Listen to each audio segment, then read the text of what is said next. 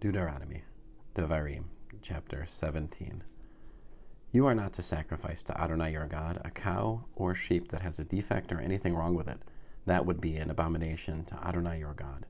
If there is found among you within any of your gates in any city that Adonai your God gives you, a man or woman who does what Adonai your God sees as wicked, transgressing his covenant by going and serving other gods and worshiping them, the sun, the moon, or anything in the sky, something I have forbidden, and it is told to you, or you hear about it, then you are to investigate the matter diligently.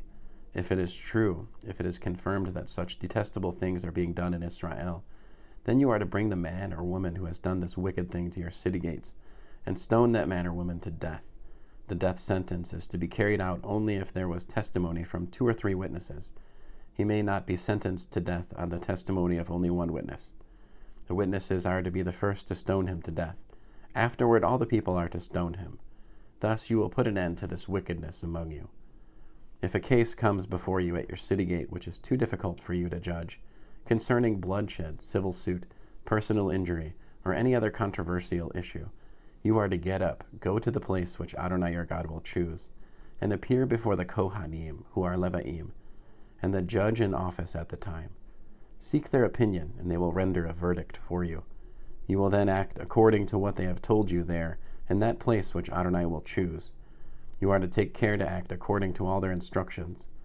In accordance with the Torah they teach you, you are to carry out the judgment they render, not turning aside to the right or the left from the verdict they declare to you.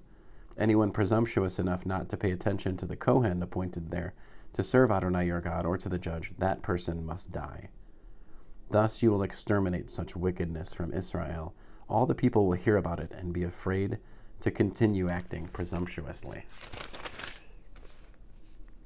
When you have entered the land Adonai your God is giving you, have taken possession of it, and are living there, you may say, I want to have a king over me, like all the other nations around me.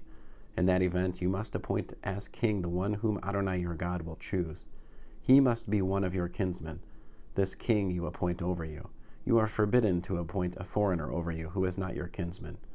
However, he is not to acquire many horses for himself, or have the people return to Egypt to obtain more horses, inasmuch as Adonai told you never to go back that way again.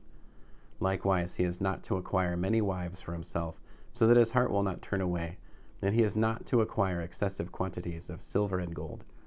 When he has come to occupy the throne of his kingdom, he is to write a copy of this Torah for himself in a scroll, from the one the Kohanim and Levaim use. It is to remain with him, and he is to read in it every day as long as he lives, so that he will learn to fear Adonai his God, and keep all the words of this Torah and these laws and obey them, so that he will not think he is better than his kinsmen, and so that he will not turn aside either to the right or to the left from the mitzvah. In this way he will prolong his own reign, and that of his children in Israel. End of Deuteronomy, chapter 17.